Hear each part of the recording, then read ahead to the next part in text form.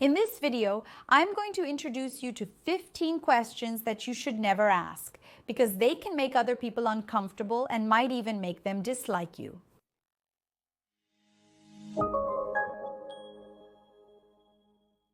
Hi, how are you? Welcome to the Etiquette and Protocol channel. I'm Juliana Santiago, consultant and etiquette specialist, co-founder of Institute of Etiquette and Protocol, the Institute of Etiquette and Protocol. And today we're going to present some questions that make people feel uncomfortable and can make them not like you. These were actually questions suggested by you, questions you believe are embarrassing, and they really are.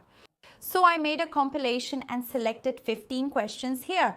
The first one is that original? So when you see someone wearing something that you believe is a brand name and then you ask the person if that is original. Sometimes you ask if that bag you believe is from Louis Vuitton. Like, wow, is your bag original? That makes the person feel completely embarrassed, whether the item is real or fake. So never question it. Yes, even if in a way, in a very indiscreet way, it suggests to the other person that you don't believe what they're showing. So it's something extremely delicate and I don't recommend that you do it. Why don't you have a boyfriend? Sometimes you notice that there's a person, sometimes someone you're not that close to but always run into, and you notice that she's never with anyone, she never has a boyfriend. So that's extremely rude. If the person doesn't share her personal life with you and she doesn't feel open about it, don't question her and don't try to start a conversation about that. That can make the person very upset and put her in an extremely uncomfortable position. It's not nice. Why don't you dye your hair? We know that nowadays it's very common, especially for women, to embrace that 100% white hairstyle, regardless of age. This has become a trend and a choice for many women. So sometimes we end up asking ourselves, why don't you dye your hair, right? Since nowadays there are so many ways to touch up your roots, for example. But that's a personal choice. Whether you like it or not, that's your own opinion. If she chose to be this way, that's her choice, and it's important for us to respect that. One thing I find funny about this topic in particular is that we rarely ask this to a man, right? We rarely go up to a man and ask, why don't you dye your hair? And for women, we think that's normal. So we have to be careful because some people make that choice and it's just your opinion whether you find it beautiful or not. If you don't like it, just dye your own roots. Another question that's also very common is asking why someone isn't going to have children. Unfortunately, nowadays we've gotten used to it, to the family process, where someone dates, gets married, has children, and sometimes even has more than one child. And then, if you meet someone who hasn't followed that sequence, which you often consider normal, you end up asking that person why they don't have children. But that's not really interesting. In fact, I even have my computer here to show what a follower commented, which was Silvana Guimarães.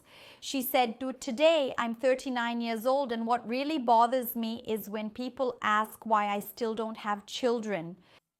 And along with that comes, look, you're getting old and when you decide to have children, you won't look like a mother anymore, but a grandmother. You have no idea how often I hear this from family, friends, and acquaintances. It's really annoying. So this is extremely rude because the person might really not want to have children and that could be her choice, right? Not taking part in this process that many people believe is normal. So she might choose not to have children, but she could also be going through a difficult time. Sometimes she's having a lot of trouble getting pregnant. Sometimes she's already gone through unsuccessful attempts to get pregnant, and when she's questioned about it, it brings her to an extremely sad and uncomfortable place. So it's not a good idea for us to ask that kind of question. Still talking about this issue of having children and this gradual process that many people believe is normal, it's when you already have one child and people ask when you're going to have a second child. So a lot of people ask, are you going to have another child? So it's not a good idea. Many times it may be the couple's choice to have only one child, but it could also be that the couple is actually trying to have another child and isn't able to. Just because someone has one child doesn't mean they'll have an easy time having a second one. So it's important for us to be a little careful with our words. Many times we think we're very close to someone and think we can ask these questions and that the person won't feel offended. But many times, if you're close to someone and they don't bring up this kind of subject with you, it means they don't feel comfortable talking about it. It's not that she doesn't feel comfortable talking to you, she just doesn't feel comfortable talking about it. So it's important for us to respect the other person's decision. Another question is also when you look at someone and say, "Are you going like that?" Questioning the outfit she chose to wear to a certain place. If the person didn't ask you about the outfit, if she didn't ask whether that clothing is appropriate or what your opinion is about it, you shouldn't share your opinion. Especially when you're already at the place and there's no way for her to change her outfit. But you should only say what you think if someone asks you. If no one asks you what you think about any kind of subject, you shouldn't share your opinion. Another question that's also very common is, why aren't you going to drink? The other day, I was even on the internet watching some videos and I saw a video of a guy who went a year without drinking. I don't know what the reasons were that led this guy to drink, but in this video, he made a comment that I found very interesting. He said that alcohol is the only drug where people question you about why you're not going to use it. So asking why someone isn't going to drink doesn't make sense. If you're in a gathering, at a get-together, and there are drink options available, you can ask the person if they'd like one. If she tells you she doesn't want one, don't keep asking her why she doesn't want it. Sometimes she doesn't like it or she's pregnant and not ready to share the news. Sometimes she's going through an illness and doesn't want to tell you either. Sometimes she's made a promise, something she doesn't want to talk about with other people. So be very careful with questions. If the person tells you they're not going to drink and that's it, and they don't continue the conversation, there's no need to push it. And Alvis commented here that a question she finds very rude is, "Wow, why did you get divorced?" She said she thinks that's very personal. If you meet someone and they tell you that they're divorced, separated, or going through a separation, you shouldn't question them about it. It's the same thing, just like with drinking. If the person mentioned that they're separated and didn't continue the subject, it means they don't want to explain, they don't want to expose themselves, they don't want to talk about it at that moment. And it's essential that we give people the freedom to talk or not talk about a subject. So don't try to be nosy or want to know too much about things. Let the person have their own space and freedom. Now, one thing I would really like to ask you is to like this video and subscribe to the channel. I'm always here with lots of content talking about behavior, elegance, and etiquette. And by subscribing to the channel and turning on notifications, you'll get everything firsthand, and I would love to have you here with me all the time. Don't forget to follow me on social media as well. Just search for Etiquette and Protocol too. I would love to have you on my other social networks too. Continuing, we even have another question that was mentioned by Diustate Camargo. She mentioned that she has been a widow for only 2 years and 3 months. And people tell me that I should find someone. I feel a lot of pain in my heart. So questions like, "Wow, aren't you going to get a boyfriend? Wow, do you plan to get married again? Wow, are you going to get married again?" They're not relevant and they're not positive either. So often the person hasn't even gotten over the grief yet. They're going through the pain through such a delicate process, and asking this kind of question is extremely offensive. Another question that is also extremely delicate is when people ask, "Wow, why are you like this?" Sometimes it's about an autistic person or someone who is going through some rehabilitation process, and then they're not 100% or in their 100% state, right? Sometimes people are going through rehabilitation and haven't fully recovered. Asking them why they are the way they are can be insensitive. Or you ask someone close to them, sometimes their husband, if they had an accident. Then you ask, wow, why is your husband like this? That is extremely rude. We even have a comment here from Sylvia Vega. She said, why don't you socialize more? Or why are you so weird? And why do you look at me like that? I'm an autistic person, level 1. My social skills are limited, but at work, I do everything that a neurotypical, a normal person does. I just have difficulty approaching people, making eye contact during a conversation, things related to social interaction. I hate those questions I mentioned. So we think that people don't question this, but they often do ask why you're like this, but they use other variations of the question, right?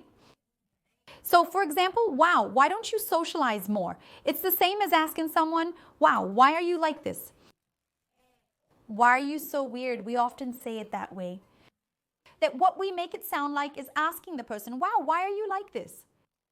And the person notices she feels that way and she doesn't like it and isn't happy about even having to explain a situation she has. A person who is autistic is not obligated to keep explaining to everyone that she is autistic. It's important for us to respect differences. Another point is, do you only do this or do you have another job as well? So for example, many people have jobs that aren't traditional. Sometimes a person is a photographer, a makeup artist, a singer, and then sometimes people question how you can actually make a living from that, right? So like, do you only do that or do you have another job? Or if it's not possible to make a living from that, something like that is also extremely rude.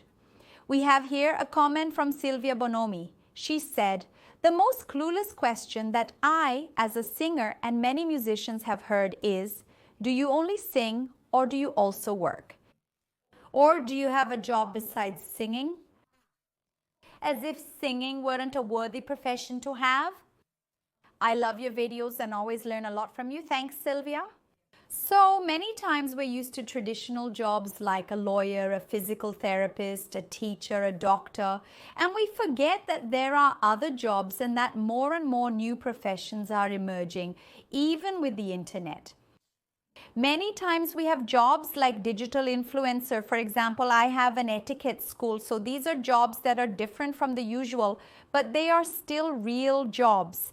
And we shouldn't diminish them, right? Or be extremely curious about what the person does and whether it's really possible for them to make a living from it. And still talking about work, another question is asking how much the person earns. And this can also come in the form of like, oh, what you do, is it enough to get by? But can you maintain your lifestyle with the job you have? Does the job you have allow you to take this trip, for example?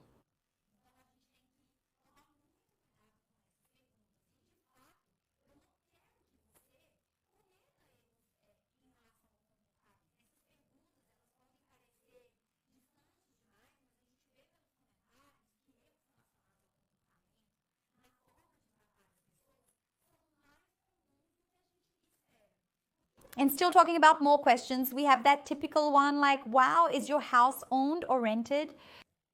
So like, it's not really appropriate for us to ask if someone's house is owned or rented. It's up to them to clarify or explain their situation to us. That's only if they want to. If they don't want to, they don't have to say anything, okay? And another question is also that typical one. Are you pregnant? In fact, I got a comment from Maria here. She said that once a neighbor asked her husband if she was pregnant. When he told me, I felt really bad. She said, I felt really bad because I was overweight. And she didn't need to ask my husband that. That's what I said many times. You don't ask the person directly. But sometimes we end up asking someone very close to her, and that comment gets back to the person. And yes, she gets offended. She feels bad. And in this case, even if the husband hadn't said that, the husband can also feel bad for his wife. So it's not good because this is something that really damages your image by making this kind of comment. And another question is also like, wow, do you still live with your parents? Or wow, you're still with your parents even today? Wow, how can you still manage to live with your parents? For those people who have often reached adulthood but are still living with their parents, this is extremely rude because sometimes the person is going through a moment, going through a phase, and questioning that is none of our business, right? And it's not appropriate. And really asking a lot of these questions isn't polite and it's not positive. In fact, I've already made other videos here on the channel talking about questions that shouldn't be asked.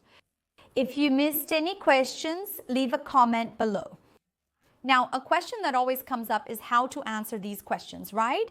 How am I supposed to answer a clueless question?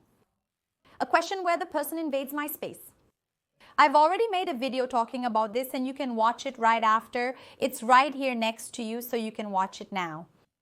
Remember that here on the QR code and also on the first link in the description of this video, you have access to a special discount for my etiquette and good manners training. I'll stop here for now. Thank you so much and see you in the next video.